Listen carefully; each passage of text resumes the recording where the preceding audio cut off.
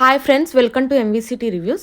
నేను మీకు ఇప్పుడైతే జీ5లో అవైలబుల్ ఉన్న భగవత్ మూవీ రివ్యూ అయితే చెప్పబోతున్నాను. ఈ రివ్యూ కనుక మీకు నచ్చినట్లయితే మా ఛానల్ని లైక్ చేయండి, షేర్ చేయండి, సబ్స్క్రైబ్ చేయండి ఫ్రెండ్స్.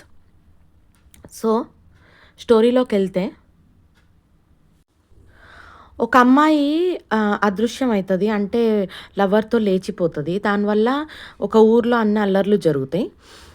ఇంకా అల్లర్ల వల్ల అక్కడికి వచ్చిన న్యూగా ట్రాన్స్ఫర్ అయిన పోలీస్ ఆఫీసర్ ఆ కేసుని చాలా సీరియస్గా తీసుకొని ఇన్వెస్టిగేషన్ చేయడం స్టార్ట్ చేస్తాడు.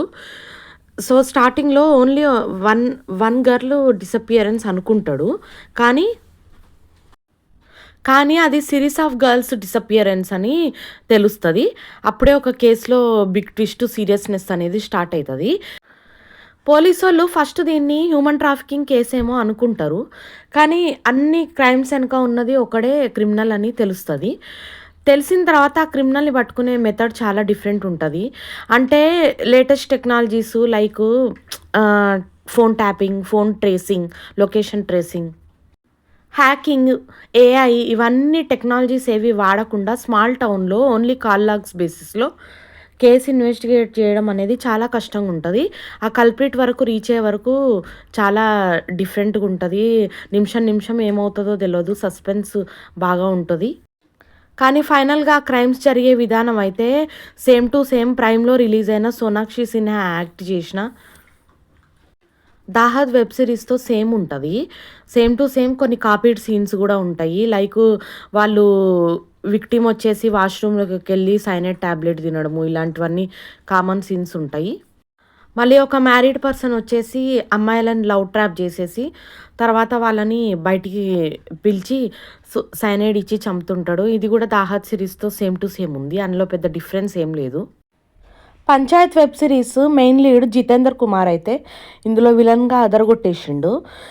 సో వీటిని సైకో కిల్లింగ్స్ అనే కన్నా సీరియల్ మర్డర్స్ అంటే కరెక్ట్గా ఉంటుందేమో. ఇంకా ఈ స్టోరీలో మెయిన్ ట్విస్ట్, డిఫరెంట్ థింగ్ ఏంటంటే, క్రిమినల్ వచ్చేసి ఆయన కేసుని ఆయనే ఓన్గా డిఫెన్స్ లాయర్ లాగా యాక్ట్ చేస్తాడు.